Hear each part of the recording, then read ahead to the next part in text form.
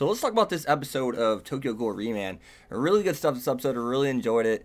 This is what I've been waiting for. And, you know, is Kaneki back or is he not back? Is he only halfway back, or have they just reconciled and there's just a new part of Sasaki now that does remember the other stuff? I don't really know. I mean, Sasaki even says, I don't really even know who's in control right now. And that's something that's just interesting, because we get the preview for the next episode and he has the same hair. It looks like he's Sasaki. I mean, he's getting awarded rewards or, you know, something of that nature, you know, in the preview for the next episode. So it does make me wonder, whoa, who is he then? I mean, is he still Sasaki on the outside, but he does think like Kaneki and remember who Kaneki is on the inside? And it's cool to see that it's always been about fear for him. That's something, you know, that's great characterization, I guess, explaining who he is, right?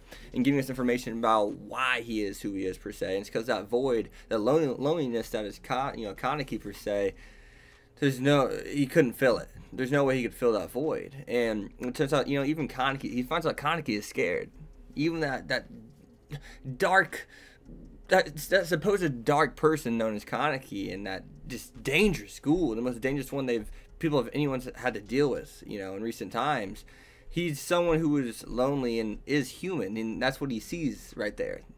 Ghouls are human too. He used to be a ghoul, therefore Sasaki, understands more than anybody that ghouls are human, but they're ghouls. And at the same time, that kind of really, I guess, correlates to, or I guess corresponds to the whole scene to where Nutcracker, you know, the one dude finishes her off, and then she's, you know, he talks about money, then she talks about money.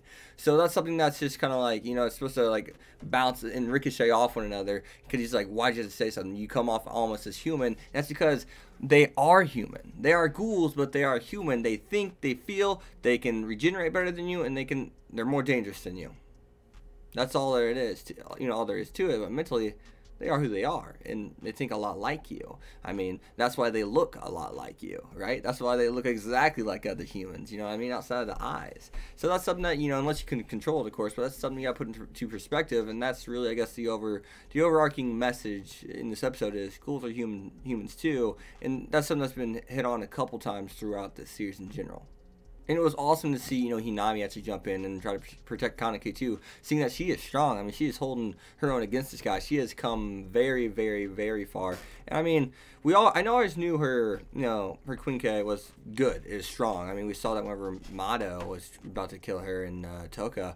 We saw that she is strong. Like, that's a nice one. That's a rangy one, and it has multiple arms, you know, and or wings, whatever you want to, you know, call them, and limbs, whatever you want to call them, to where you can attack from a distance, but you can also protect yourself up close, and that's really cool. I mean, that's a strong Kagune. I mean, it's that simple. I think I said Queen K, but I meant Kagu, you know, Nev originally. Sorry, guys, but so that's cool to see. I'm excited to see more of that here coming in the future. So, other than that, though, you know, hopping on back to like right near the Nutcracker scene, seeing that Psycho told by Sasaki that she has the greatest potential of everyone in the squad, it makes me wonder, what is her ability? You know, we didn't get to see it. We got to see Nutcracker on the ground after she used it, but we never got to truly see what her ability is. I'm wondering what it is. She has a hammer, and out of all the, you know, all the weapons, you know, the Queens have, hers is the most, like, odd one. It's just a hammer. Is there anything special about this hammer, or what? You know what I mean? So that's a big question that you have to ask yourself. Just in general, like, what's her ability? I mean, she's someone who's always shut in. She's someone who is even too scared to fight. But so what's her ability that makes her potential so out of this world, per se? And we get to see Urie, you know, go nuts as well in this episode, and that's something that's really cool to see too, because then we found out that he is ashamed of himself. He thinks he's not worthy, even though he acts as if he's above. And I guess maybe he thought like that, and it made him bitter to where it made him think everyone was his enemy, right?